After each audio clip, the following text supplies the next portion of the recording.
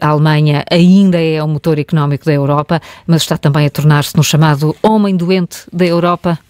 José Manuel, achas mesmo que há razão para preocupações? E não é só por eu ter um Volkswagen.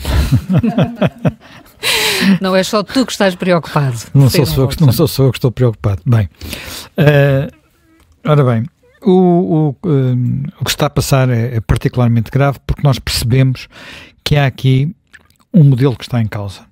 E esse modelo não é apenas o modelo da Volkswagen, eu diria mesmo que não é apenas o modelo alemão, em muitos aspectos o modelo europeu, e a forma como a Europa tem vindo muito a perder terreno para outras regiões do mundo e pode, com isso, comprometer aquilo que neste momento diferencia a Europa de outras regiões do mundo, que é o seu modelo social, portanto, o seu equilíbrio. Porque isso precisa de ser alimentado por dinheiro, por riqueza, e se não formos capazes de o conseguir, estamos com problemas. Ora bem, primeiro tentar perceber um bocadinho o que é que se está a passar com a Volkswagen, e a Volkswagen aqui é muito importante, como tu disseste, é o segundo maior construtor mundial, são imensas marcas, não é? São, à escala global, 220 mil trabalhadores, só na Alemanha 120 mil, portanto são mais de 100 fábricas, uma delas em Portugal. São marcas como a Volkswagen, como a Audi, como a Porsche, como a Skoda, como a Seat, portanto são muitas marcas, digamos é um conglomerado que foi crescendo muito e crescendo de uma forma que parecia super sólida e resistente a tudo. E que, inclusivamente, quando começou a transição dos motores tradicionais para os motores elétricos, parecia que estava a fazê-lo, a acompanhar, que ia fazê-lo de uma forma bem feita. Ora, aquilo que verificamos hoje é que parece estar a acontecer com a Volkswagen aquilo que aconteceu com outro gigante industrial noutro sítio do mundo chamado Boeing, que de repente também está a passar por enormes dificuldades devido a outro tipo de problemas, mas que no fundo mostram que ser gigante nem sempre garante o futuro das empresas. Ora bem, curiosamente, uma parte do destino da Volkswagen está muito ligada àquilo que foram os últimos anos da Alemanha e as opções políticas que a Alemanha tomou ao longo desses últimos anos, particularmente dos 4 mandatos de Angela Merkel e de algumas das opções feitas por Angela Merkel. Porquê que eu digo isto? Porque a Volkswagen viveu muito de uma espécie de, sei lá, galinha dos ovos de ouro, que era o mercado chinês, e a Alemanha, desde há muito tempo, que na Europa é o grande advogado da China e do mercado chinês e da necessidade de nós mantermos boas relações com a China, apesar das relações com a China estarem a mudar muito rapidamente, porque a China já não é o que era aqui há alguns anos atrás. Portanto, eu ainda há bocado referi, quando lancei o programa, referi um número para o que representava para a Volkswagen no mercado chinês. Ora, temos de ter noção do que aquele representa para a indústria no total. Em 2020, não foi assim há muito tempo, portanto há 4 anos atrás, praticamente 2/3 dos carros vendidos na China eram de fabricantes europeus. Quer dizer, não quer dizer que fossem fabricados na Europa e exportados para a China. Muitos já eram fabricados na China. Mas eram marcas europeias. Mas eram marcas europeias. A própria Volkswagen tem inúmeras marcas, fábricas na China, tem, não sei qual é o número exato, mas tem muitas fábricas na China. Nos primeiros 8 meses de 2024, essa percentagem caiu para metade. Metade. Portanto, em termos de cota de mercado. Portanto, em números não será metade, porque o mercado terá crescido alguma coisa, mas é uma brutalidade. Portanto, é uma brutalidade e isso aconteceu porque, de repente, apareceram marcas chinesas a concorrer no mercado dos carros elétricos, sendo que a cota de mercado dos elétricos na China, eu não consegui confirmar os números à escala mundial, mas estamos a falar de uma cota de mercado que eu suspeito que é a maior do mundo. Portanto, em termos de o número de veículos, a percentagem de veículos vendida que é elétrica por comparação com o total do mercado, na China é muito maior do que em qualquer país da Europa. Falamos à volta de mais de 1/3 dos carros e, por exemplo, em Portugal estamos a falar de 15 a 20% dos carros. Portanto, estamos a falar... E Portugal é um dos países onde a cota já é mais elevada na Europa. Portanto, e depois, de repente, aparecem coisas como BYD. O que é o BYD? Bem, BYD é uma marca de automóveis que antes era apenas um fabricante de baterias para telemóveis. Era um fabricante para... Hoje é um... O ano passado, em Portugal, há um júri que elege todos os anos o carro do ano. O carro do ano em Portugal, o ano passado, foi um BYD. Eu nunca conduzi um BYD, nunca entrei dentro de um BYD. Devo dizer que agora, nas minhas férias, estive num país mais próximo da China e vi BYDs por todo lado. Sim. Nem sei se é bem assim que se diz, porque isto é com um Y no meio, pronto. Mas depois há outros, há uma coisa chamada NIO, há uma coisa chamada SAIC, há uma coisa chamada Great Wall, há outra coisa chamada Chery, e agora também há Xiaomi, portanto marca telemóveis, e parece que a Huawei também vem a caminho. Ou sei que já não está aí. Pronto, e alguns deles a construírem supercarros, portanto carros que concorrem com os Bugatti, os Lamborghini. Concorrem mesmo, porque há quem diga que não tem a mesma qualidade. Bem, mas isso já é... Eu acho que esse aspecto, bem, vamos lá ver, quando digo concorrem, uma até parte... no preço, o preço que é muito importante. Bem, o preço, estamos a falar de uma fração que pode ser de 1/5 ou 1/10. Um destes casos, um Xiaomi, fez agora umas provas, agora há uns dias, num daqueles circuitos europeus, onde às vezes os carros de estrada vão ver quem são os mais rápidos. Aparentemente conseguiu o melhor resultado de todos os carros que lá andaram a fazer essas provas. Tem uma coisa que só é usada, praticamente só é usada na Fórmula 1, que são travões de disco de cerâmica, os maiores de carros fora da Fórmula 1 e de carros de competição. Portanto, tem uma tecnologia super sofisticada. E este é um dos problemas. Tecnologia. Uma das coisas que eu vi, vou dar, por exemplo, aqui alguns dados, por exemplo, e que tem a ver com a Volkswagen comparativamente com outras, enfim, a Volkswagen e construtores europeus, com a forma de trabalhar na Europa, e não só na Europa, nos construtores tradicionais, porque isto também aconteceu nos Estados Unidos com os construtores tradicionais e provavelmente numa escala ainda mais grave. O Tesla mais acessível, portanto, o Tesla Model 3, leva 10 horas a montar. O Volkswagen equivalente, que é o ID4, leva 30. Porquê? Há explicações? Há explicações. A fábrica do Tesla foi construída para montar Teslas. Portanto, não é uma fábrica de construir... O número de peças de um automóvel elétrico comparado com o número de peças de um automóvel a motor tradicional é uma fração pequeníssima. Portanto, basta imaginar que, por exemplo, uma coisa, motor de arranque não existe, caixa de velocidades não existe, caixa de velocidades, no sentido tradicional do termo, também não existe. Há imensas coisas que desaparecem num carro desse, o tamanho do motor é muito mais pequenino, imensas coisas que desaparecem. A prensa na Tesla que capaz de fazer a carroceria é capaz de fazer peças muito maiores, praticamente uma peça única, enquanto nas outras fábricas é preciso estar a montar várias peças diferentes. Isto tem a ver com processos que foram pensados de outra forma. Portanto, a indústria foi pensada de outra forma e de repente há um operador, e eu estou a falar agora apenas da parte industrial.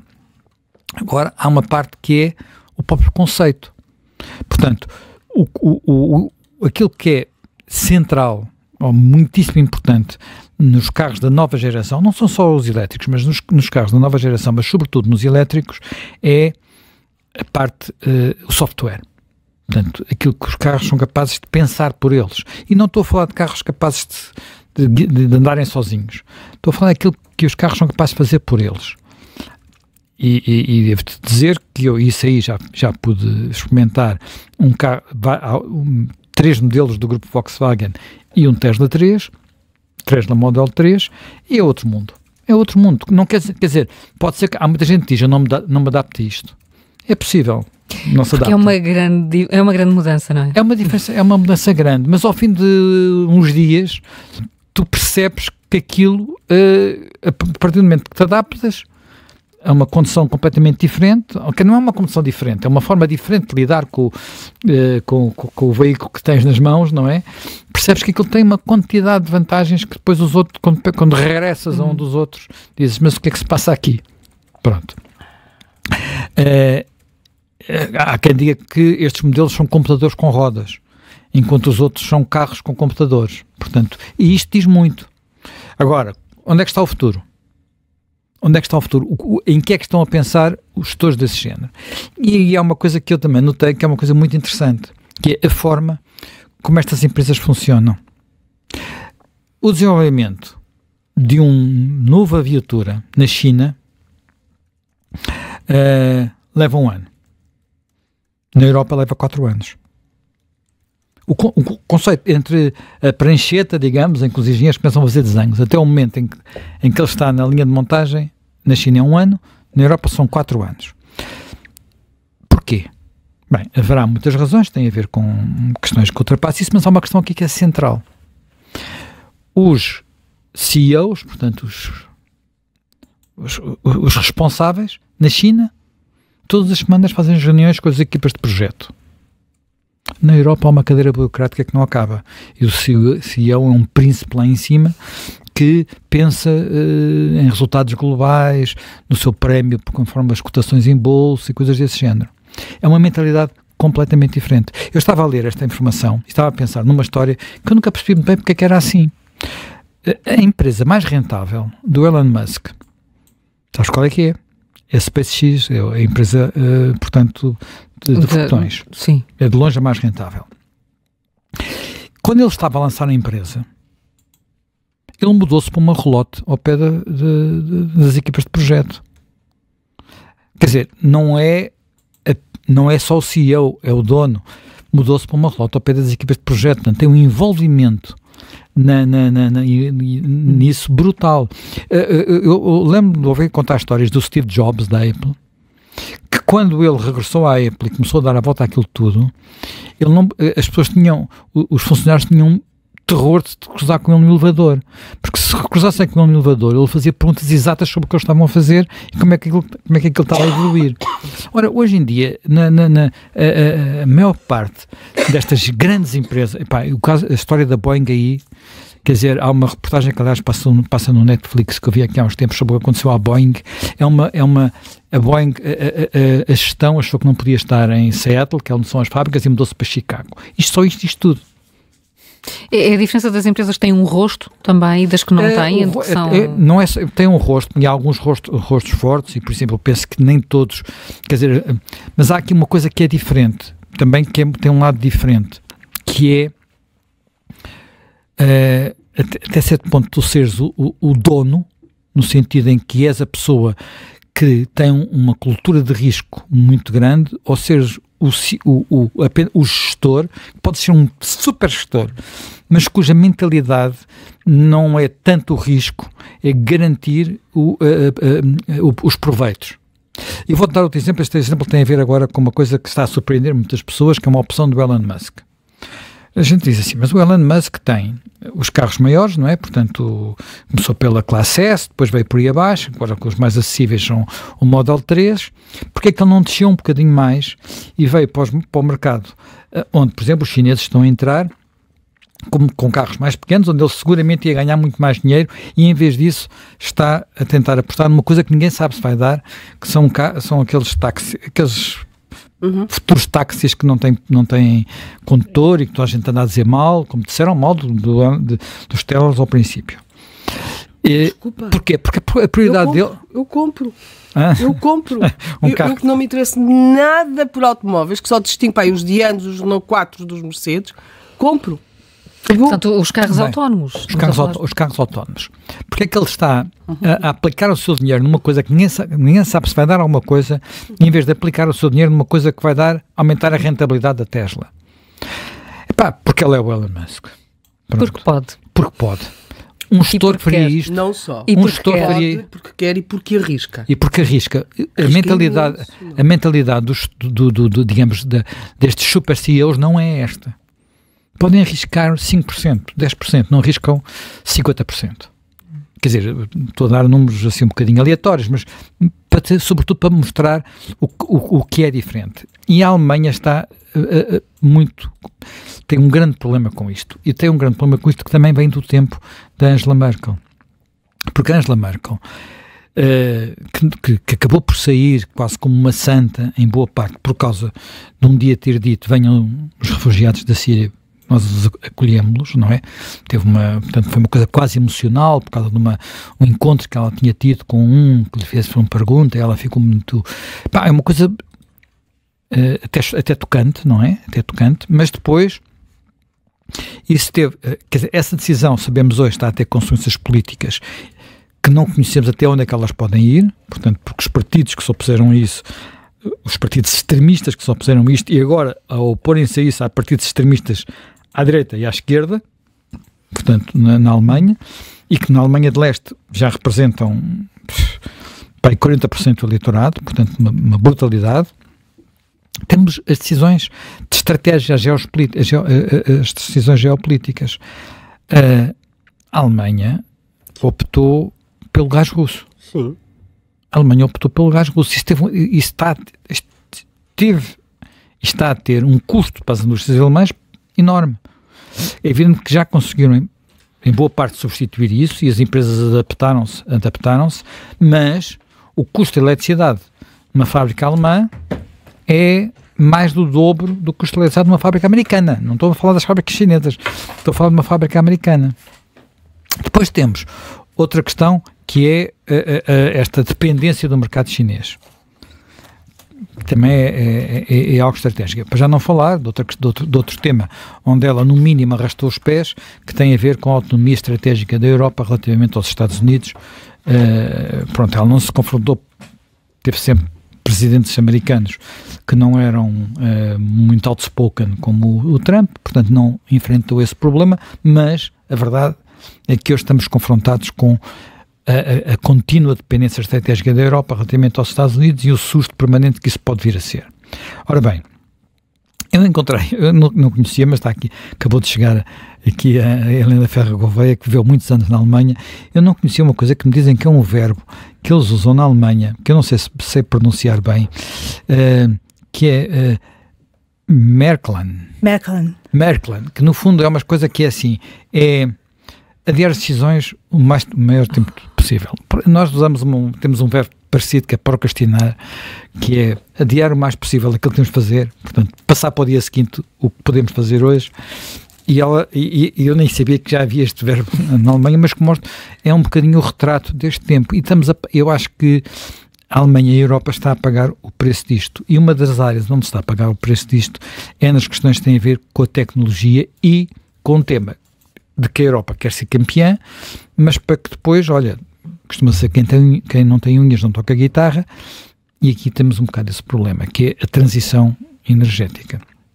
Porquê? Porque os carros europeus dependem de baterias chinesas para poderem... Baterias são feitas na China. E as baterias são o mais importante num carro elétrico, o mais caro e o mais determinante no momento da compra. Saber qual é a qualidade. Ela é que nos aponta para a autonomia do carro e a longevidade. E não sei, portanto, dependem de baterias chinesas. Os saltos tecnológicos que a China está a fazer neste momento na área das baterias vão à frente dos Estados Unidos. E depois a Europa tem alguns depósitos de lítio, não muitos, a China tem mais, e os Estados Unidos, que têm a sorte de ter nascido com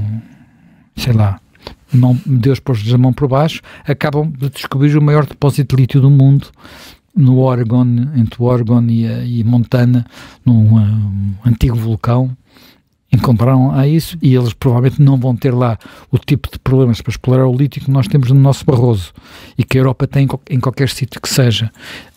Os Estados Unidos passaram de importador a exportador de energia quando começaram a explorar o gás de xisto.